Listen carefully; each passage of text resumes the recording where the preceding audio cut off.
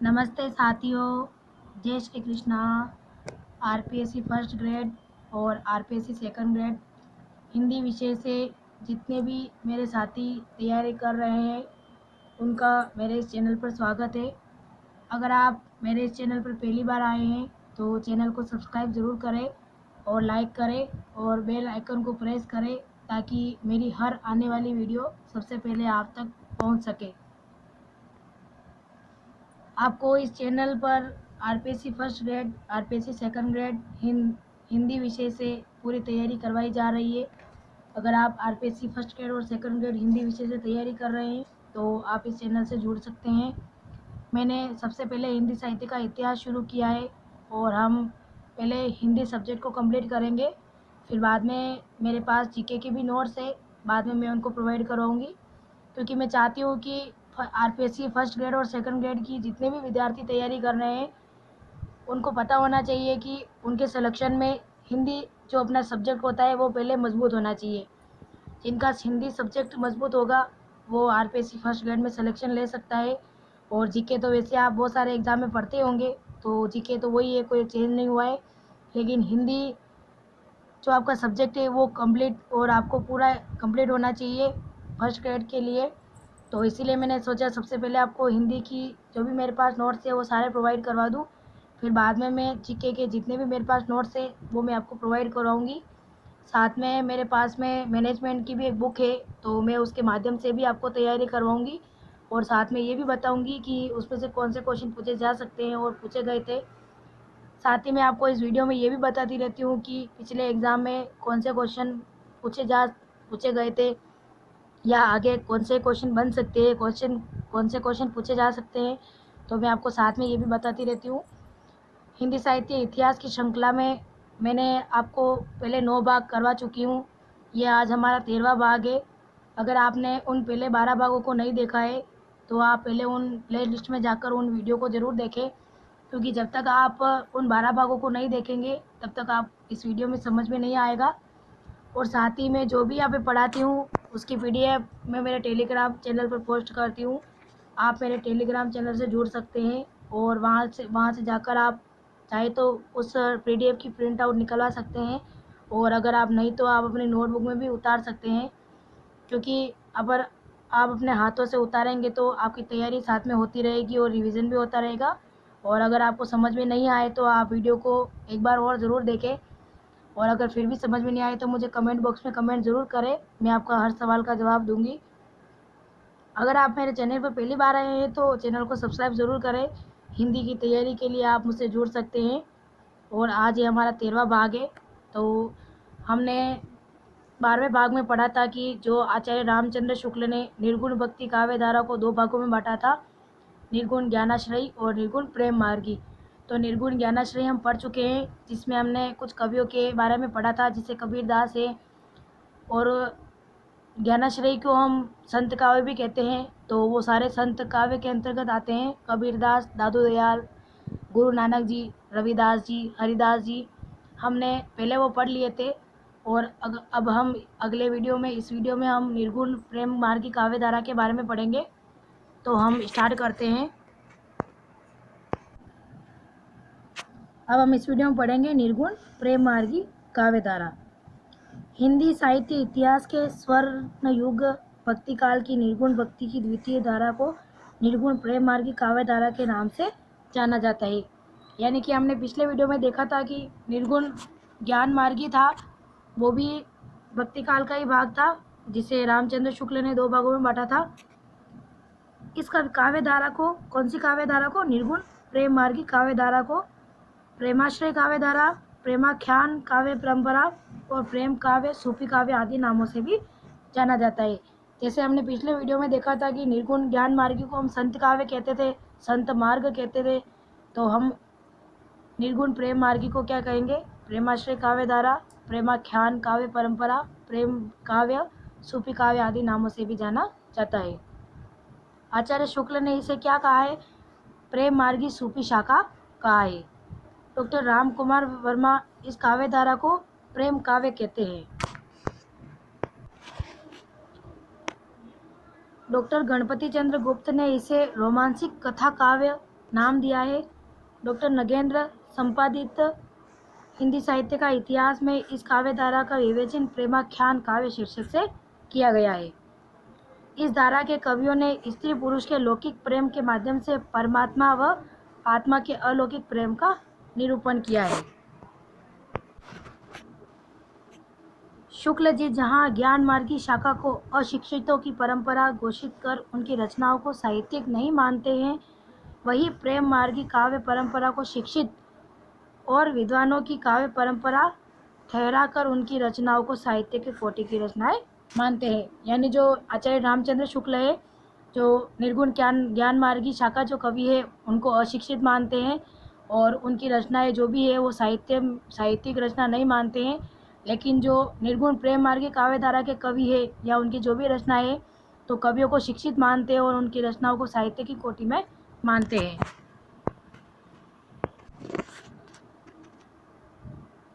ज्ञान मार्गी कवियों के बारे में लिखते हैं, इस शाखा की रचनाएं साहित्यिक नहीं है। कौन लिखते हैं? आचार्य शुक्ल लेते हैं। आचार्य शुक्ल ज्ञान मार्गी कवियों के बारे में क्या लिखते हैं कि इस शाखा की जो भी रचना है वो साहित्यिक नहीं है। और प्रेम मार्गी कवियों के बारे में लिखते हैं कौन? आचार्य शुक्ल। दूसरी शाखा शुद्ध प्रेम मार्गी सूफी कवियों की है, जिनकी प्रेम गाथाएं वास्तव में साहित्य की कोटि में आती है। इस शाखा के सब कवियों ने कल्पित कहानियों के द्वारा प्रेम मार्ग का महत्व दिखाया है। आचार्य शुक्ल ने प्रेमाख्यानों में वर्णित प्रेम को फारसी शैली से प्रभावित मान अभारतीय घोषित किया था, किंतु डॉक्टर गणपति चंद्र गुप्त, डॉक्टर नगेंद्र आदि ने प्रेमाख्यानों में वर्णित प्रेम पद्धति को पूर्णतः भारतीय माना है। दोनों के अपने अपने तर्क है।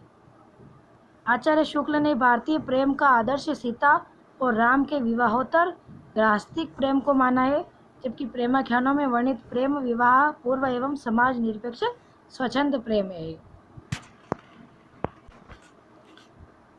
डॉक्टर गणपति चंद्र गुप्त के अनुसार विवाह पूर्व समाज निरपेक्ष स्वच्छंद प्रेम भारतीय साहित्य में अनादिकाल से वर्णित है। ऋग्वेद में उर्वशी, पूर्वा, महाभारत में नल दमयंती, तप्ती, संवर्ण, पौराणिक साहित्य में उषा, अनिरुद्ध, प्रभावती, प्रद्युम्न और राधा कृष्ण का प्रेम विवाह पूर्व समाज निरपेक्ष स्वच्छंद प्रेम है। प्रेमाख्यानों में विरह की व्याप्ति नायिका की अपेक्षा नायक में अधिक दिखाई गई है, जो भारतीय पद्धति के अनुसार नहीं है, यानी उसके अनुरूप नहीं है। भारतीय नायक भी दीर्घकाल से भावुक रहा है। उर्वशी पूर्वा विवाह विरह में पागल हो जाता है। कालिदास के मेघदूत का नायक विरही यक्ष आषाढ़ की प्रथम बौछार के साथ ही प्रेमोन्मुख हो जाता है और कादम्बरी का नायक विरह से प्राण ही त्याग देता है। ऐसी स्थिति में भारतीय नायक को विरह घोषित करना उचित नहीं है। फारसी प्रेम कथाओं में प्रेमोत्पत्ति का कारण साहचर्य होता है, जबकि भारतीय प्रेमाख्यानों का प्रेम साहचर्य जनित न होकर गुण श्रवण, चित्र दर्शन, स्वप्न दर्शन या प्रथम दर्शन जन्य होता है। आचार्य शुक्ल के अनुसार हिंदी के प्रेमाख्यानकारों ने मसनवी शैली का प्रयोग किया है और यह मोस्ट है, यानी एग्जाम में पूछा भी जाता है कि प्रेमाख्यानकारों ने कौन सी शैली का प्रयोग किया है। आचार्य शुक्ल के अनुसार तो मसनवी शैली का प्रयोग किया है।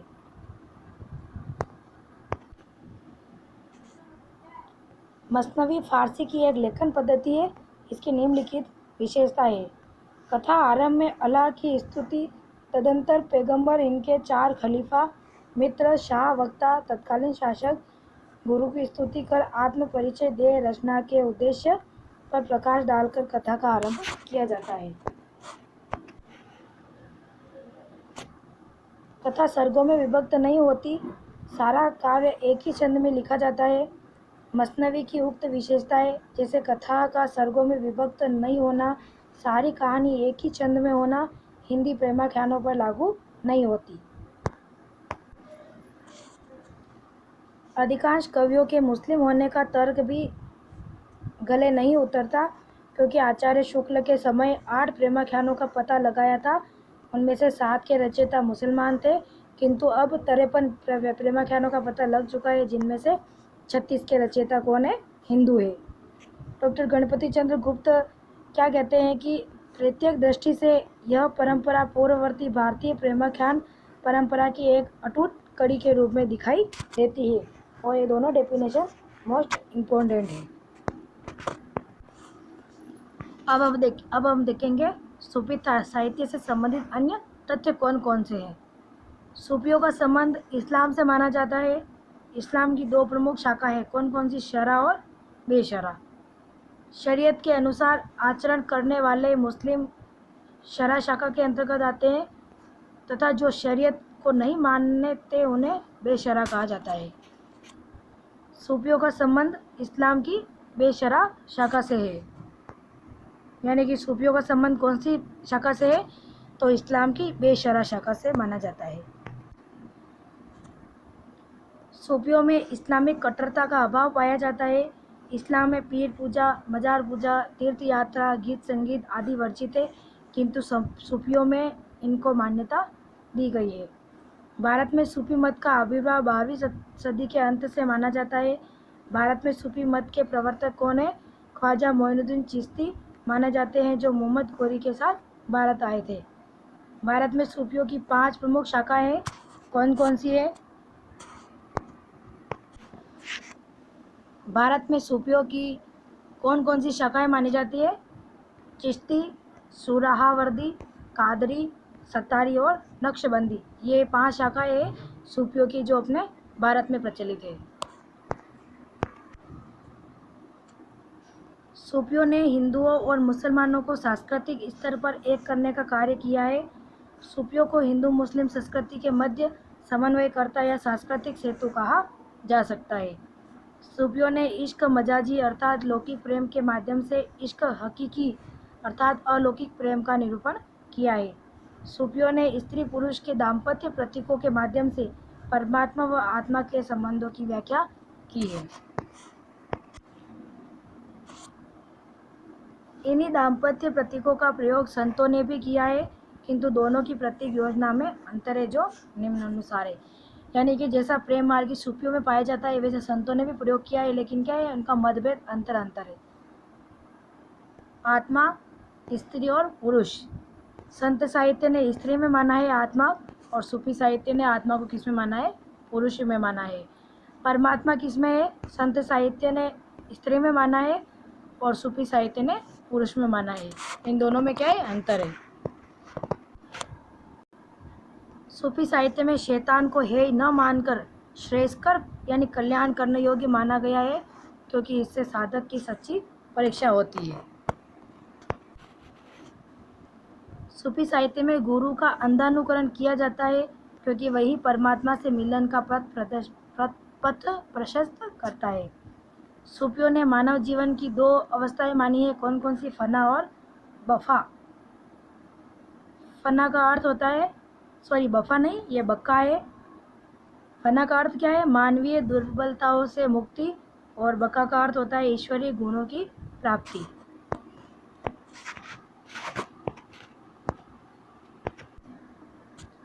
सूफी साधना की 4 अवस्थाएं मानी गई है, कौन कौन सी है? शरीयत का अर्थ होता है धर्म शास्त्र अनुसार आचरण करने वाला। तकीरत, संसार से विमुख होकर ईश्वरोपासना करना। और मारिफत, ईश्वरीय सत्ता का ज्ञान होना। और हकीकत का मतलब होता है ईश्वरीय सत्ता में विलीन हो जाना। सूफियों में इस्लाम व हाल को भी मान्यता दी गई है। इस्लाम का अर्थ होता है देवता के वशीभूत होकर बोलना, और हाल का अर्थ क्या होता है? ईश्वर में विलीन हो जाना। हाल या हकीकत की अवस्था को पहुंचा साधक अनलहक की अनुभूति करता है। अनलहक की तुलना भारतीय वेदांत के अहम ब्रह्म स्मृत से की जाती है। सूफी कवियों ने हिंदू घरों में प्रचलित प्रेम कथाओं को अपनी बात कहने का आधार बनाया है। ज्ञान मार्गी व प्रेम मार्गी दोनों ही धाराओं का संबंध निर्गुण भक्ति से है, किंतु दोनों में कुछ असमानताएं हैं। यानी ज्ञान मार्गी और प्रेम मार्गी दोनों ही धारा तो किसकी है? निर्गुण की भक्ति से है, लेकिन दोनों में क्या है? असमानताएं पाई जाती है। ज्ञान मार्गी अशिक्षित संतों की परंपरा है और प्रेम मार्गी शिक्षित कवियों की परंपरा है। यानी कि जो आचार्य रामचंद्र शुक्ल है वो ज्ञान मार्गी कवि है, उनको अशिक्षित मानते हैं, और जो प्रेम मार्गी कवि है उनको शिक्षित कवि मानते हैं और उन रचनाओं को भी साहित्य में स्थान देते हैं। ज्ञान मार्गी रचनाएं शुद्ध साहित्य की श्रेणी में नहीं आती। प्रेम मार्गी कवियों की रचनाएं शुद्ध साहित्य है। संतों ने मुक्तक व गेय शैली में अपनी रचनाएं प्रस्तुत की है, तो सूफियों ने कौन सी शैली का सहारा लिया है? प्रबंध शैली का सहारा लिया है। संतों ने सदुकड़ी भाषा का प्रयोग किया है और सूफियों ने कौन सी भाषा का प्रयोग किया है? अवधी। यानी संतों की भाषा कौन सी? सदुकड़ी भाषा है और सूफियों की भाषा है वो कौन सी है? अवधी। गुरु की महत्ता व प्रेम तत्व की प्रधानता दोनों ही धाराओं में पाई जाती है। और ये वाली लाइन आरपीएससी फर्स्ट ग्रेड 2013 में मैंने आपको पेपर सॉल्व कराया था, उसमें आप देखना ये लाइन दी हुई है कि जो निर्गुण और वो जो संत काव्य और प्रेम काव्य में जो अंतर है, दोनों की जो समानता कौन कौन सी है वो है गुरु की महत्ता और प्रेम तत्व की प्रधानता दोनों ही स्वीकार करते हैं। अब हम देखेंगे प्रथम प्रेमाख्यान, यानी कि हिंदी साहित्य में प्रथम प्रेमाख्यान कौन सा माना गया है। प्रथम प्रेम काव्य के प्रश्न पर विद्वानों में मतभेद पाया जाता है। भिन्न भिन्न आचार्यों ने भिन्न भिन्न कवियों को हिंदी का प्रथम प्रेमाख्यान कार्य माना है, जो निम्नलिखित है। देखिए इधर तो आलोचक है और इधर प्रेमाख्यान है। यानी आलोचक यानी कि जो प्रथम प्रेमाख्यान मानते हैं वो है डॉक्टर नगेंद्र असाहित कृत हंसावली। असाहित की कौन सी है? हंसावली, जो 1370 की है। इसे डॉक्टर नगेंद्र प्रथम प्रेमाख्यान मानते हैं। डॉक्टर राम कुमार वर्मा किसे मानते हैं? मुल्ला दाऊद की है चंदायन, ये 1379 की है, इसे मानते हैं। आचार्य शुक्ल कुतुबन कृत मृगावती को, जो 1503 की है, इसको प्रथम प्रेमाख्यान मानते हैं। आचार्य हजारी प्रसाद द्विवेदी है, जो ईश्वर दास कृत सत्यवती कथा, जो 1501 की है, इसको प्रथम प्रेमाख्यान मानते हैं। और ये देखिए ये जो आपको प्रेमाख्यान दिए हुए हैं, ये आपको क्वेश्चन में मिलान में पूछ सकते हैं कि किस प्रेमाख्यान के कवि कौन कौन से हैं, ये आपको पूछा जा सकता है। तो ये आप अच्छे से ध्यान रखिएगा, क्योंकि इसमें से एक क्वेश्चन तो ज़रूर बनते ही है। और फिर बाद में सर्वमान्य मत क्या आता है कि मुल्ला दाऊद की जो कृत है चंदायन है 1369 की, इसको प्रथम प्रेमाख्यान माना जाता है। यानी कि अगर एग्जाम में आपको पूछ लिया जाए कि डॉक्टर नगेंद्र के अनुसार प्रथम प्रेमाख्यान कौन है, तो असाहित कृत हंसावली माना जाता है। और अगर आपको एग्जाम में पूछ ले कि हिंदी साहित्य में प्रथम प्रेमाख्यान किसे माना गया है, तो ये मुल्ला दाऊद कृत चंदायन को प्रथम प्रेमाख्यान माना जाता है। यानी कि आपको ये अच्छे से पढ़ना है और कंफ्यूज नहीं होना है। और आरपीएससी फर्स्ट ग्रेड का एग्ज़ाम देने जाओ तो उसमें आपको सबसे पहले क्वेश्चन अच्छे से पढ़ना है कि क्वेश्चन क्या कह रहा है, उसको समझना है, फिर बाद में उसका आंसर देना है। अब देखिए रचना काल की दृष्टि से अगर हम बात करें तो हिंदी का प्रथम प्रेमाख्यान कौन है? हंसावली, इसको माना जाता है। और प्रेमाख्यानों की यानी प्रवृत्तियों की दृष्टि से अगर बात करें तो चंदायन को हिंदी का प्रथम प्रेमाख्यान माना जाता है। यानी कि रचना काल की दृष्टि से पूछ ले तो हंसावली, और प्रवृत्तियों की दृष्टि से पूछ ले तो चंदायन को प्रथम प्रेमाख्यान माना जाता है। अब हम देखेंगे प्रमुख प्रेमाख्यान और उनकी विशेषताओं के बारे में। यानी जो अपन ने अभी प्रेमाख्यान पढ़े थे, हम उनकी विशेषताओं के बारे में पढ़ेंगे। डॉक्टर नगेंद्र ने अपने साहित्य इतिहास में 18 प्रेमाख्यान काव्यों का विवरण प्रस्तुत किया है, जबकि आचार्य शुक्ल ने कितना किया है? 7 कवियों द्वारा लिखे 8 प्रेमाख्यानों का वर्णन किया है। यानी कि डॉक्टर नगेंद्र है वो साहित्य इतिहास में कितने प्रेमाख्यान का विवरण प्रस्तुत करते हैं? 18 प्रेमाख्यानों का, लेकिन आचार्य शुक्ल सिर्फ 8 प्रेमाख्यानों का वर्णन ही करते हैं। तात्पर्य यह है कि शुक्ल जी ने जब अपना साहित्य इतिहास ग्रंथ लिखा तब तक उनकी निगाह में केवल 9 ही सूफी रचनाएं आई थी। अब हम पहला प्रेमाख्यान पढ़ेंगे और इसकी विशेषताओं के बारे में पढ़ेंगे, यानी डिटेल से पढ़ेंगे हम इनको। पहला है हंसावली, इसके रचयिता कौन है? असाहित है और ये 1370 की है। और डॉक्टर नगेंद्र इसे प्रथम प्रेमाख्यान मानते हैं। मैंने यहाँ पे शॉर्ट में लिख रखा है। पाटन कहाँ पड़ता है? गुजरात में। वहाँ की राजकुमारी थी हंसावली और राजकुमार का स्वप्न दर्शन जन्य प्रेम वर्णित है। असाहित ने अपनी रचना का स्रोत विक्रम बेताल की कथा को माना है। कथा नायिका राजकुमारी हंसावली पूर्व जन्म की किसी घटना के कारण पुरुष द्रोहिणी हो जाती है। वह प्रति पखवाड़े यानी 15 दिन में 5 पुरुषों की हत्या कर देती थी। राजकुमार उस पाषाण हृदय राजकुमारी का हृदय परिवर्तन कर उससे विवाह कर लेता है। आधुनिक मनोविज्ञान के समान इस ग्रंथ में ग्रंथि मोक्ष का वर्णन मिलता है। ये लाइन मोस्ट है। गुजरात के विद्वानों ने हंसावली की भाषा को पुरानी गुजराती माना है। वस्तुतः इसकी भाषा कौन सी है? राजस्थानी है। किसकी? हंसावली की भाषा कौन सी है? राजस्थानी है। और ये एग्जाम में पूछा भी जा सकता है कि हंसावली की भाषा कौन सी है, तो ये राजस्थानी भाषा है।